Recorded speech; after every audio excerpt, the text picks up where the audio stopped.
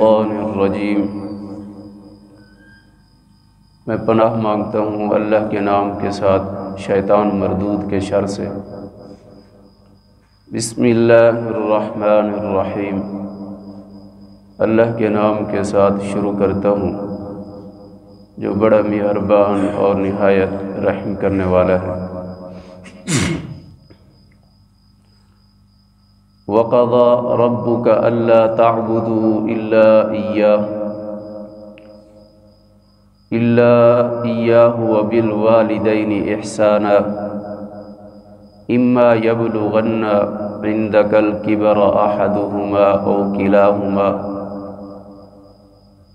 أَوْ كِلَاهُمَا فَلَا تَقُل لَّهُمَا أُفٍّ وَلَا تَنْهَرْهُمَا وَقُل لَّهُمَا قَوْلًا كَرِيمًا واخفض لهما جناح الذل من الرحمة وقل رب ارحمهما كما ربياني صغيرا ربكم أعلم بما في نفوسكم إن تكونوا صالحين فإنه كان للأوابين غفورا وآت ذا القربى حقه والمسكين وابن السبيل ولا تبذر تبذيرا إن المبذرين كانوا إخوان الشياطين وكان الشيطان لربه كفورا۔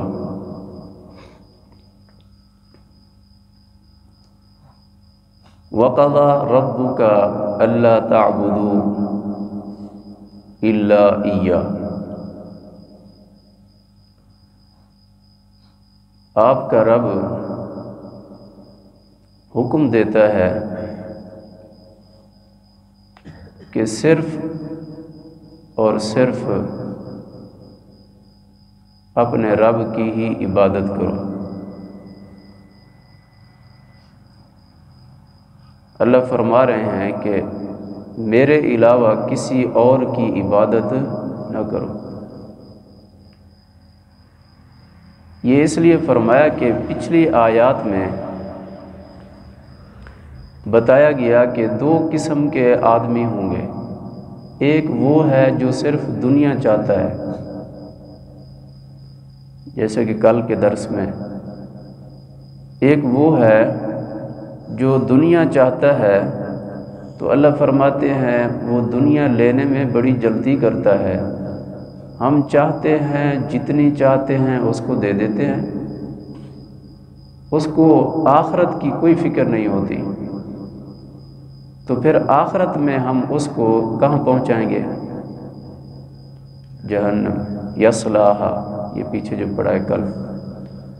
اور دوسرا آدمی وہ ہے وَمَنْ أَرَادَ الْآخِرَةَ وَسَعَى لَهَا سَعْيَهَا وَهُوَ مُؤْمِنٌ فَأُولَئِكَ كَانَ سَعْيُهُمْ مَشْكُورًا۔ دوسرا وہ ہے جو اپنی آخرت سنوارتا ہے، آخرت کی اس کو فکر ہے، دنیا کی کوئی فکر نہیں۔ اور آخرت کی فکر کون کرتا ہے؟ وَهُوَ مُؤْمِنٌ، وہ مومن کرتا ہے۔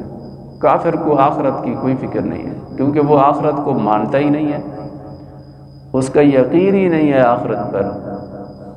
وہ تو یہ سمجھتا ہے کہ بس دنیا ہے، اسی میں کھانا پینا موج کرنا ہے، اس کے بعد کوئی حساب کتاب نہیں ہوگا، کوئی آخرت کا دن نہیں ہوگا۔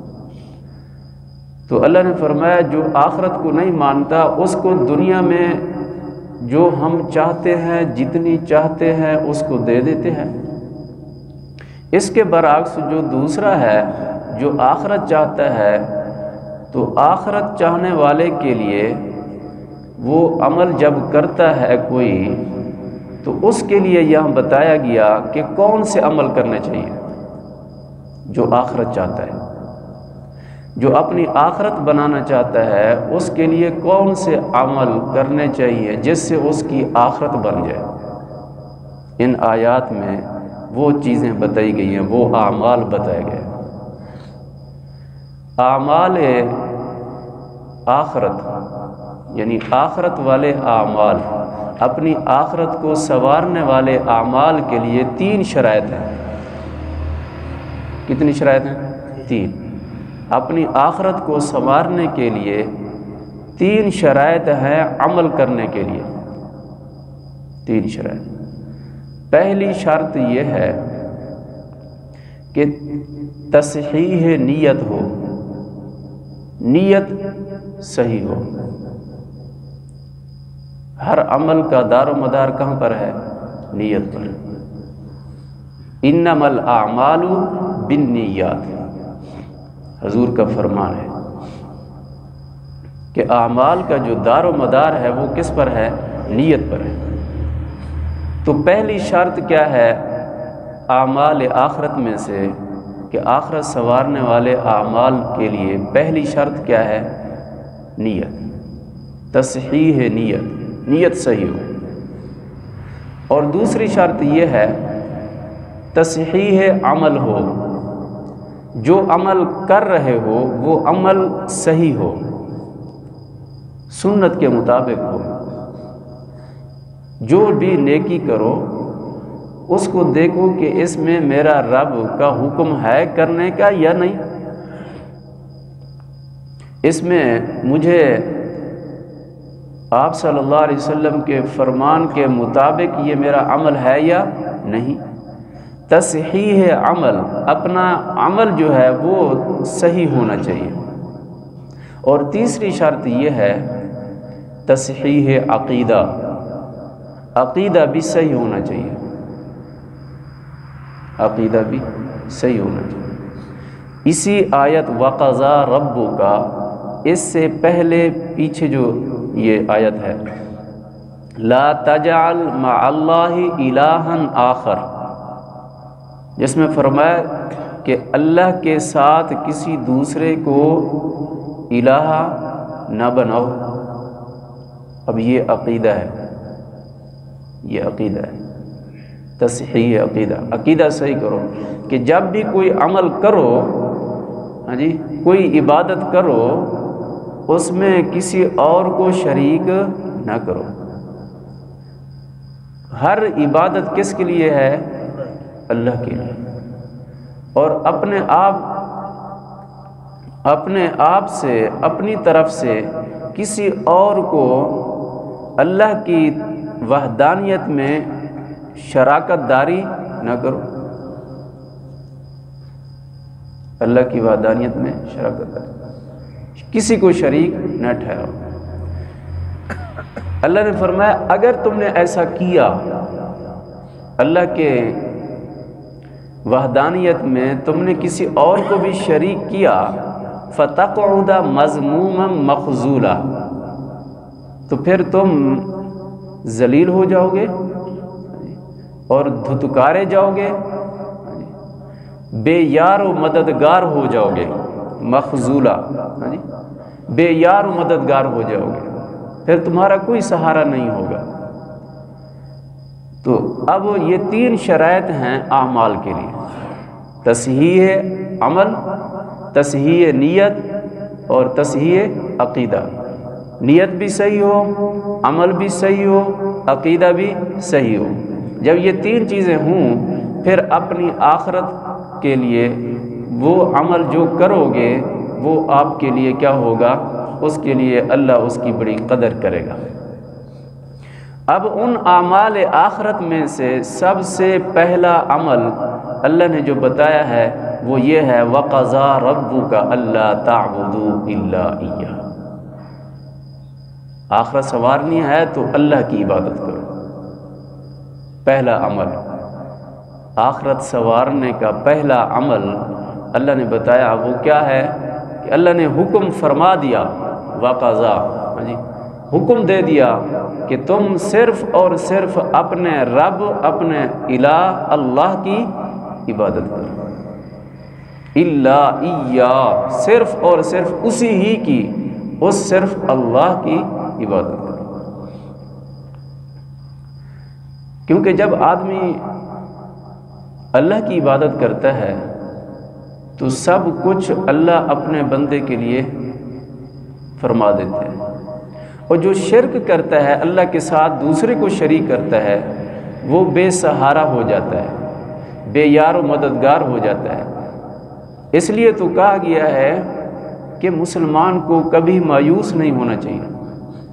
مایوس تو وہ ہو جس کا خدا نہ ہو، مایوس تو وہ ہو جس کا خدا نہ ہو۔ مسلمان کا تو خدا ہے اللہ، تو اس لیے مسلمان کو کسی حال میں مایوس نہیں ہونا چاہیے۔ تو اس لیے فرمایا اللہ نے کہ تم نے اگر آخرت سنوارنی ہے، اپنے آخرت والے اعمال کرنے ہیں، تو تم صرف اور صرف اپنے رب کی عبادت کرو۔ اب اللہ نے اپنے حق بیان فرمایا، اس کے بعد اللہ نے جو دوسرا حق بیان فرمایا وہ سنیں۔ اللہ نے فرمایا تم میری عبادت کرنے کے بعد دوسرا عمل جو آخرت سنوارنے کا ہے وہ یہ ہے وَبِالْوَالِدَيْنِ إِحْسَانًا، تم اپنے ماں باپ کے ساتھ اچھا سلوک کرو۔ اللہ نے اپنی عبادت کے بعد جو عمل بتایا ہے آخرت سنوارنے کا وہ یہ ہے کہ تم اپنے ماں باپ کی خدمت کرو۔ احسانہ سے مراد یہ ہے خدمت کرو، اپنے ماں باپ کی خدمت کرو، اپنے ماں باپ سے حسن سلوک کرو۔ یہ دونوں چیزیں واجب ہیں، دونوں چیزیں، اپنے رب کی عبادت کرنا یہ بھی ضروری ہے اور اپنے والدین کی خدمت کرنا بھی ضروری ہے۔ اللہ نے اپنے حق کے ساتھ والدین کے حق ذکر فرمایا، کسی اور عبادت کا نہیں، یعنی ساری عبادتوں سے بڑھ کر یہ ہے کہ اپنے ماں باپ کی خدمت کرو، اپنے ماں باپ کی۔ اور پھر آگے یہ بھی بتایا کہ ماں باپ کی خدمت کیسے کرنی ہے۔ کبھی ایسا نہ ہو جائے کہ تم خدمت کرتے کرتے اکتا جاؤ، تھک جاؤ اور پھر ماں باپ سے ایسی کلام کرو کہ جس سے آپ کے ماں باپ کا دل دکھے۔ ایسا بھی نہیں کرنا، تھک جاؤ، ہار جاؤ، ہاں جی، لیکن ماں باپ کے سامنے جب کلام کرنا ہے، اس سے بات کرنی ہے تو نرم انداز سے بات کرو۔ آگے آداب بتائے، اللہ نے فرمایا کہ حسن سلوک کرو اپنے ماں باپ کے ساتھ، اور آگے بتایا کہ ماں باپ کی ایک ایسی سٹیج آتی ہے کہ ماں باپ بوڑھے ہو جاتے ہیں۔ اما یبلغن عندک الکبر احدہما، اگر آپ کی زندگی میں آپ کے ماں باپ بڑھاپے کو پہنچ جائے، کبر، بڑھاپے کو پہنچ جائیں، آپ کے ماں باپ میں سے کوئی ایک، ماں یا باپ، احدہما، ماں یا باپ آپ کی زندگی میں آپ کے سامنے، آپ کے والدین میں سے کوئی ایک اپنے بڑھاپے کو پہنچ جائے تو او کلاہما، ہاں جی، یا ایک یا دونوں، ماں باپ میں سے ایک یا دونوں اگر بڑھاپے کو پہنچ جائیں تو پھر تم نے کیا کرنا ہے، فلا تقل لہما، کبھی بھی ان سے تیز بات نہیں کرنی، فلا تقل لہما، ان سے ایسی بات نہ کرنا حتیٰ کہ اف بھی نہ کہنا، اف بھی نہ، اف کیا کہتے ہیں کہ باپ نے کوئی بات کہی یا ماں نے کوئی بات کہی، آپ نے صرف اور کوئی بات نہیں کہی، آپ نے کہا ہو، ایسے انداز اختیار کیا، آپ نے الفاظ بھی کوئی نہیں ادا کیے، یعنی آپ نے ان کی بات پر اپنے انداز کو، تیور کو تھوڑا سا بدلا اور ایک آواز نکالی جس آواز کا کوئی معنی نہیں، ہو کا۔ اللہ نے فرمایا ایسے بھی نہیں کہنا، گالیاں دینا تو دور کی بات، جھڑکنا دور کی بات اور اپنے الفاظ میں تیزی لانا تو دور کی بات، اف بھی نہیں کہنا، اف بھی نہیں کہنا۔ یہ اللہ نے اپنے حق کے بعد کن کے حقوق بیان فرمائے؟ والدین کے۔ ایک آدمی نمازیں پڑھتا ہو، روزے بھی رکھتا ہو، نیکی کے اعمال، قرآن کی تلاوت بھی کرتا ہو، نوافل بھی پڑھتا ہو، تسبیحات بھی، وظائف بھی پڑھتا ہو، ماں باپ کے حقوق کا خیال نہ کرتا ہو، تو اللہ رب العالمین ایسے آدمی کی کوئی عبادت کو قبول نہیں کرتے۔ ماں باپ ناراض ہو، ماں باپ کو پتہ ہی نہیں، پیر و مرشد کے تو ہاتھ پاؤں جا کر دباتے ہیں، بزرگوں کے جا کر ہاتھ پاؤں دباتے ہیں، ان کے سامنے دو زانو ہو کر بھی بیٹھتے ہیں، ان کے سامنے جھک کر بھی ان کو ملتے ہیں، ان کے ہاتھ بھی چومتے ہیں، لیکن گھر میں جو جنت کے دو دروازے ہیں ان کو بند کیا ہوا ہے۔ ماں باپ کے ساتھ حسن سلوک نہیں ہے، ان کے ساتھ بولنا بھی اچھا نہیں ہے، ان کے ساتھ بیٹھنا بھی اچھا نہیں ہے، ان کے ساتھ معاملات بھی اچھے نہیں ہیں۔ تو اللہ نے فرمایا ایسی عبادت قابل کرو۔ اللہ نے تو ساتھ ہی اپنے حق کے ساتھ والدین کے حقوق بیان کر دیا کہ تم عبادت کرو لیکن اپنے والدین کو بھی راضی کرو، ان کی خدمت کرو۔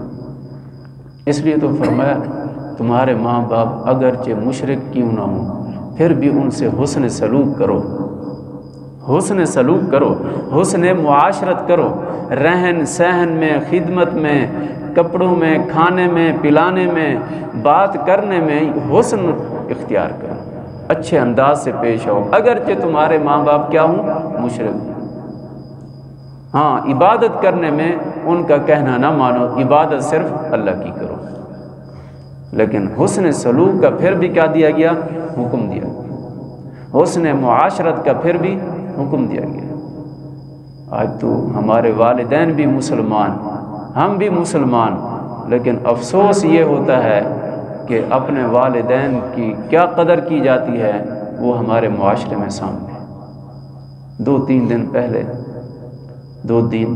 پہلے ہمارے نمازی ہیں دونوں، باپ بیٹا، سفید داڑھی ہے، بزرگ ہیں، میرے پاس ہے نماز پڑھ مغرب کی نماز کے بعد، اور رو کر کہنے لگے کہ میرا بیٹا آپ کے پیچھے نماز پڑھتا ہے، میں بھی آپ کے پیچھے نماز پڑھتا ہوں، اس نے آج مجھے اتنی گالیاں دی ہیں، مجھے بھی، میرے باپ کو بھی، یعنی اپنے دادا کو، اپنے پردادا کو بھی، آپ ان کو بلا کر سمجھائیں۔ سفید ریش بزرگ، اور رو کر کہنے لگا۔ جب میں نے اس کے بیٹے کو بلایا اور پوچھا تم ایسے تو لگتے نہیں ہو، نوجوان ہے، تم نے یہ کیا کیا ہے؟ نماز بھی پڑھتے ہو؟ کہتا ہے میرے باپ کے پاس اتنی جائیداد ہے، دوسروں کو دی ہوئی ہے، ہمارے چچوں کو، اور ہمیں نہیں دیتا۔ باپ کے لیے جائیداد کے پیچھے باپ کو اتنی گالیاں دے رہے ہو، یہ کہاں کا انصاف ہے؟ اللہ نے تو حکم دیا ہے کہ خود کماؤ، جب تم بڑے ہو گئے ہو خود کماؤ، خود بھی کھاؤ، اپنے والدین کو بھی کھلاؤ۔ باپ پر فرض نہیں ہے اب کہ وہ تم کو کھلائے، وہ تم کو پہنائے، وہ تم کو دے، وہ تو ان کا اپنا جو ہے وہ دل کرے گا تو اپنی اولاد کو دے گا، لیکن جائیداد کے لیے اپنے ماں باپ کو گالیاں دینا، اپنے ماں باپ سے گستاخی کرنا اور ان کو جھڑکنا اور ان کو گھر سے نکال دینا اور دھکے دے دینا، خسرت دنیا والآخرہ، دنیا تو ویسے نہیں مل رہی، آخرت بھی تباہ ہو گئی، دنیا تو ویسے نہیں۔ اب باپ وہ غصے میں کہ میں ان کو کچھ بھی نہیں دیتا، یہ تو میرے بے ادب ہے۔ تو یہ عالم ہے ہمارے معاشرے کا، یہ 2-3 دن کی بات ہے، یہیں کی بات ہے، یہیں کے نماز ہے۔ تو اس کی وجہ یہی ہے کہ دین سے دوری ہے، جبکہ اللہ فرما رہے ہیں جھڑکنا، گالیاں دینا دور کی بات، تم اف بھی نہیں کہہ سکتے، اف بھی نہیں کہہ سکتے۔ اور کوئی اولاد اپنے باپ سے مطالبہ نہیں کر سکتی، یہ بھی مسئلہ یاد رکھو۔ ان کی زندگی میں جائیداد کا مطالبہ نہیں کر سکتی، شریعت نے یہ بتا دیا ہے کہ کوئی اولاد اپنے ماں باپ سے ان کی زندگی میں جائیداد کا مطالبہ نہیں کر سکتی کہ تم میرے نام کر دو، تم اب مرنے والے ہو، یا تم اب بڑھاپے میں پہنچ گئے ہو، یا تم بیمار ہو، تم میرے نام کر دو، نہیں مطالبہ کر سکتے۔ شریعت نے نظام بنایا ہے کہ جب ایک انسان مرے گا، پھر مرنے کے بعد اس کی وراثت حصے بنا دیے ہیں، وہ تقسیم ہوں گے، اور وہ بھی تقسیم ایسے نہیں ہوں گے، اس سے پہلے تجہیز و تکفین، اگر کوئی قرضہ ہے، اگر ان کی کوئی نصیحت ہے، وصیت ہے، وہ پہلے پوری کریں گے، اس کے بعد پھر وہ ورثہ میں تقسیم۔ پہلے تو زندگی میں تو مطالبہ کر ہی نہیں سکتے، جیسے وہ باپ کو جھڑک رہا ہے جائیداد کے لیے، تو ایسا نہیں ہے۔ اللہ نے فرمایا کہ تم اپنے ماں باپ سے جب بات کرو تو کیا کرو، وَقُلْ لَهُمَا قَوْلًا كَرِيمًا، کہ ان دونوں سے، یعنی ماں سے بھی باپ سے بھی، تم جب بات کرو تو بات کرو خوب نرم ادب سے، کریمہ، بہت ہی ادب سے، کریمہ بہت ہی ادب سے۔ ایک تو تھوڑا سا ادب ہے، بہت ہی ادب سے۔ باپ جا رہا ہو تو بیٹے کو چاہیے کہ باپ کے آگے نہ چلے، باپ کے پیچھے چلے۔ باپ بلائے تو دونوں بازو جھکا دے، آگے آ رہا ہے، ہاں جی، دونوں بازو جھکا دے۔ کیسے؟ وَاخْفِضْ لَهُمَا جَنَاحَ الذُّلِّ مِنَ الرَّحْمَةِ، اور ان دونوں کے سامنے تم اپنے بازو جھکا دو، وَاخْفِضْ، جھکا دو اپنے بازو ان دونوں کے سامنے، جناح، ہاں جی، بازو کہ بازو تم جھکا دو، الذل، عاجزی سے، عاجزی کرو اپنے ماں باپ کے سامنے، عاجزی سے اپنے بازو جھکا دو، من الرحمت، اور ادب اور مہربانی سے، نرمی سے۔ عاجزی بھی کرو، نرمی بھی کرو، ادب بھی کرو، احترام بھی کرو، اور ان کے سامنے کیا ہو جاؤ، جھک جاؤ۔ یہ آداب بتائیں۔ اور پھر فرمایا وَقُلْ رَبِّ ارْحَمْهُمَا، یہ بھی کرو اور ان کے لیے دعا بھی کرو، خدمت بھی کرو، ادب بھی کرو، احترام بھی کرو، اف بھی نہ کہو، اور پھر کیا، ان کے لیے دعائیں بھی کرو، والدین کے لیے ہمیشہ دعائیں کرو۔ اس لیے تو یہ دعا جو ہے، ربنا اغفر لی ولوالدی وللمؤمنین یوم یقوم الحساب، ہر نماز میں کوشش کرتے ہیں، ہم پڑھتے ہیں، یہ دعا کرتے ہیں، یہ دعا پڑھنی چاہیے اپنے لیے، اپنے والدین کے لیے، سارے مسلمانوں کے لیے۔ ربنا اغفر لی ولوالدی وللمؤمنین یوم یقوم الحساب، تو یہ دعا ہے اور جامع دعا ہے۔ اور اس لیے اللہ نے فرمایا کہ تم اپنے والدین کے لیے کیا کرو، دونوں کے لیے دعا کرو۔ کیوں دعا کرو؟ یہ رب ارحمہما، کیا دعا کرو؟ اے میرے رب، میرے ان ماں باپ پر اپنا فضل فرما، اپنی رحمت فرما۔ اے اللہ، اے میرے رب، ان دونوں میرے ماں باپ پر رحم فرما، کما ربیانی صغیرہ، جیسا کہ انہوں نے مجھے بچپن میں پالا، بچپن میں میری پرورش کی۔ ماں باپ تو اپنی زندگی کھپا دیتے ہیں اولاد کے لیے، اپنی اولاد کے لیے سب کچھ قربان کر دیتے ہیں۔ جب بچہ جوان ہو جاتا ہے، پھر وہ ماں باپ کو جھڑکتا ہے، وہ کہتا ہے جو کچھ میں کہہ رہا ہوں وہ تم سمجھتے نہیں، اور جو میری سوچ ہے وہ تمہاری نہیں، اور جو میں کر سکتا ہوں وہ تم نہیں کر سکتے۔ جبکہ اللہ فرما رہے ہیں کہ اس وقت جب ماں باپ بوڑھے ہو جائیں تو تم نے ان کی ایسی خدمت کرنی ہے کہ اکتا نہیں جانا، تھک نہیں جانا، ہار نہیں جانا، اور جھڑکنا بھی کبھی نہیں، اف بھی نہیں کہنا، اف بھی نہیں کہنا۔ جنت کے 2 دروازے ہیں اللہ نے دنیا میں دے دیے ہیں، اب ہر ایک کی مرضی ہے وہ بند کر دے یا جنت کو اپنے لیے مقدر بنائے، اور وہ ماں ہے اور باپ ہے، وہ ماں اور باپ۔ جنت چاہتے ہیں تو پھر ان دونوں کو راضی کرنا ہوگا، ان دونوں کی خدمت کرنے ہوگی۔ جس نے ماں باپ کو ناراض کر دیا اس نے جنت کے دونوں دروازے بند کر دیے۔ تو اس لیے ماں باپ کی خدمت سے کیا ملتا ہے؟ جنت۔ ماں باپ کی خدمت سے اللہ کی رضا ملتی ہے۔ اللہ کی عبادت جو ہے، اللہ کی عبادت کے ساتھ ماں باپ کی خدمت ہے۔